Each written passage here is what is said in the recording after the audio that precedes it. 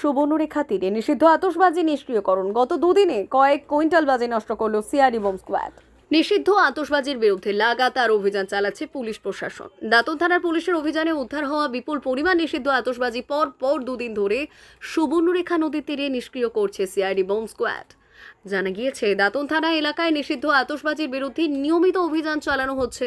অভিযানে উদ্ধার করা হয়েছে বিপুল পরিমাণ নিষিদ্ধ বাজি। এরপর নিরাপত্তা মেনে সেই বাজিগুলিকে সুবর্ণরেখা নদীর তীরে নিয়ে গিয়ে নিষ্ক্রিয় করা হচ্ছে। সিআইডি বোম স্কোয়াডের বিশেষজ্ঞদের উপস্থিতিতে চলছে এই নিষ্ক্রিয়করণ প্রক্রিয়া। একদিকে নিষিদ্ধ আতশবাজির বিরুদ্ধে অভিযান, অন্যদিকে উদ্ধার হওয়া বাজি দ্রুত নিষ্ক্রিয় করার প্রক্রিয়া। দুই দিকেই কড়া নজরদারি চালাচ্ছে প্রশাসন। নিষিদ্ধ ও ঝুঁকিপূর্ণ আতশবাজির ব্যবহার রুখতে এই অভিযান আগামী দিনেও চলবে বলে পুলিশ সূত্রে জানা গিয়েছে।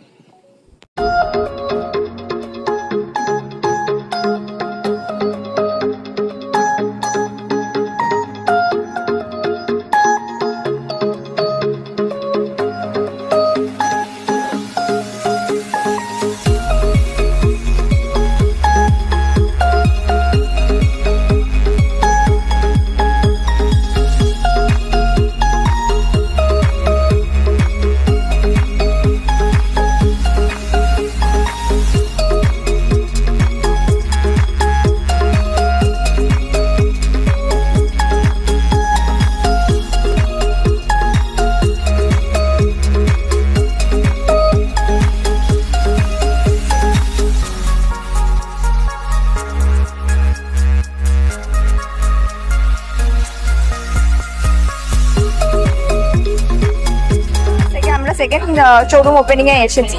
এটা বেলদা থেকে এক্সচেঞ্জ হয়ে পুরো ওয়েস্ট বেঙ্গলের তোমার দায়িত্ব, এটা পুরো ওয়েস্ট বেঙ্গলে খোলা, যাতে ওয়েস্ট বেঙ্গলে প্রত্যেকটা লোক মানে একদম বাড়ি থেকে বেরিয়েই আমরা দেখতে পারি সিলভার হাউস আর হাউস গোল্ড অ্যান্ড ডায়মন্ডস এর শোরুম, আর নিজেদের পছন্দের জুয়েলারিজ কিনে নিতে পারে। নিজেদের কোনো স্পেশাল ওকেশন তো অবশ্যই কিনতে হবে, আর গয়না কিনতে ভালোবাসে তারা চলে আসবেন অবশ্যই।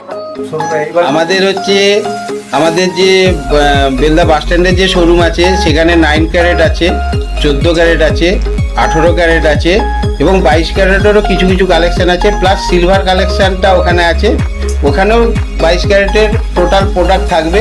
আর এই শোরুমটা একটু বড় আছে বলে, প্লাস লিফট আছে, পার্কিং আছে, সেই জন্য আমরা এই একটু বড় প্যাসেজ নিয়ে এইটাতে করেছি। স্টেশন দিয়ে ঢুকে গেলেই ফার্স্ট যে রাস্তাটা, রোডটা, গলিটা এটাই। হ্যাঁ, এটার আমরা নাম দিয়েছি শোভা বাজার। এখন আমরা ফলকটা লাগাতে পারিনি, আমাদের এমএলএ সাহেবের টাইম নেই, সেজন্য ফলকটা লাগানো হবে। এটার এই মার্কেটটার নাম দেওয়া হবে শোভা বাজার। ঠিক আছে, এই এক সপ্তাহের মধ্যে ওই ফলকটা লাগানো হবে। এই মার্কেটটার নামই হবে শোভা বাজার। ঠিক আছে, আর আগামী দিনে আরো সুন্দর করে আরো মানুষের কাছে পৌঁছে। এবং একটা জিনিস বলবো, যে সোনা যখন আপনারা কিনবেন যে কোনো জায়গায়, অন্তত জিএসটি বিলটা নেবেন, সরকারের জিএসটি বিলটা। নাহলে আপনারা সামান্য পয়সার জন্য জিএসটি বিলটা অনেকে নিতে চায় না গ্রাম বাংলাতে।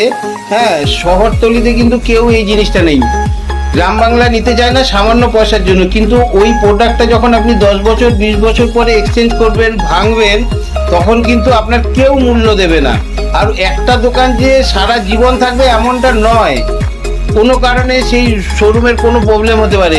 আপনি যখন মার্কেটে নিয়ে সেল করতে যাবেন কোনো ভ্যালু পাবেন না।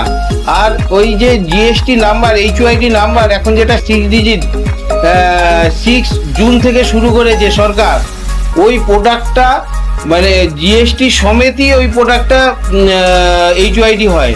হ্যাঁ, আর ওই জিএসটি বিল যদি আপনারা না নেন, আর ওই আপনাদের যদি দোকানদাররা দেখিয়ে দেয় যে HYD আছে, ওটা কিন্তু ফেক জিএসটি। সেই জন্য বলছি, সবাইকে বলছি জিএসটি বিল অতি অবশ্যই নেবেন এবং প্রোডাক্টটা আপনাদের সুন্দর থাকবে। আর আমাদের এখানে তো আমরা 15 দিনের জন্য 15 দিন যে কোনো কাস্টমার যদি বাড়িতে নিয়ে যেতে চায়, যদি অপছন্দ হয় আমরা এক্সচেঞ্জ করিয়ে দিই, ঠিক আছে।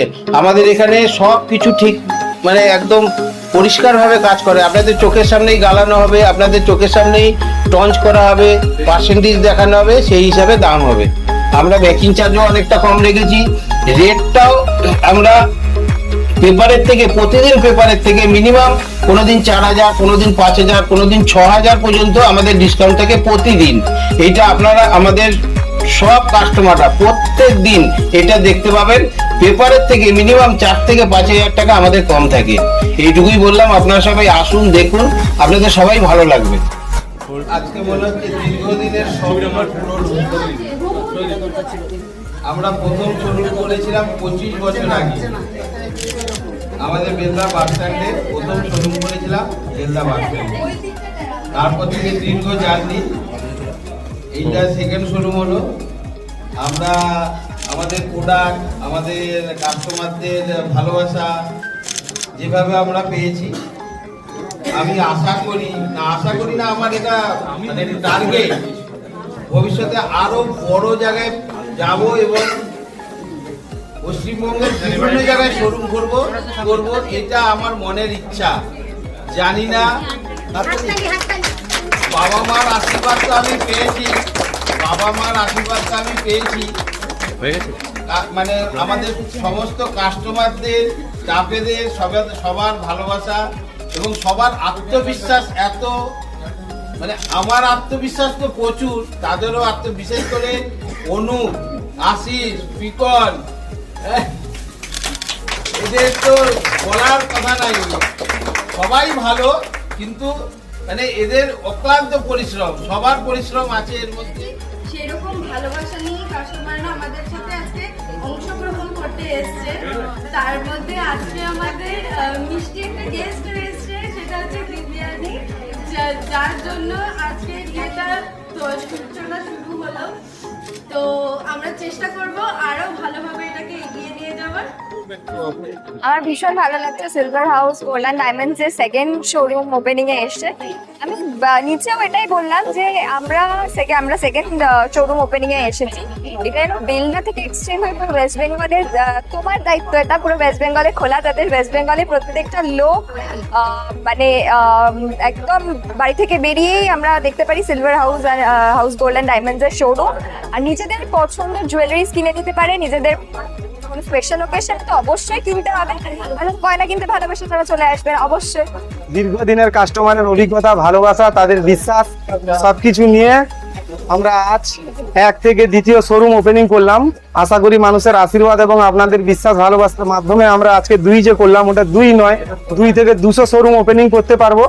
এবং আমাদের যে এই কর্মসূচি বা এই যে প্রোগ্রাম আমরা প্রায় অনেকদিন ধরেই প্ল্যান করেছিলাম, সেই সঙ্গে আমাদের 2 মাস ধরে এই প্ল্যান কাজ চলছে বা বিল্ডিং এর কাজ চলছে। তারপরে আজ আমরা শুভ সূচনা করলাম দিব্যানী এবং আমার ওনারের মা অরুণা কর্মকার, ওনাদের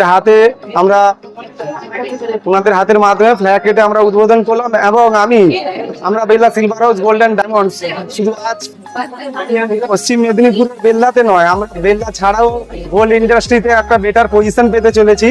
সেই সঙ্গে আমি কাস্টমারদের এই বার্তা দিব যে আপনারা আমাদের শুধু একটা মাল্টি লেভেল যে শোরুম ওপেনিং হয়েছে, যেখানে দারুণ অ্যাম্বিয়েন্স আছে, একাধিক ড্রেস আছে, হিউজ কালেকশন আছে,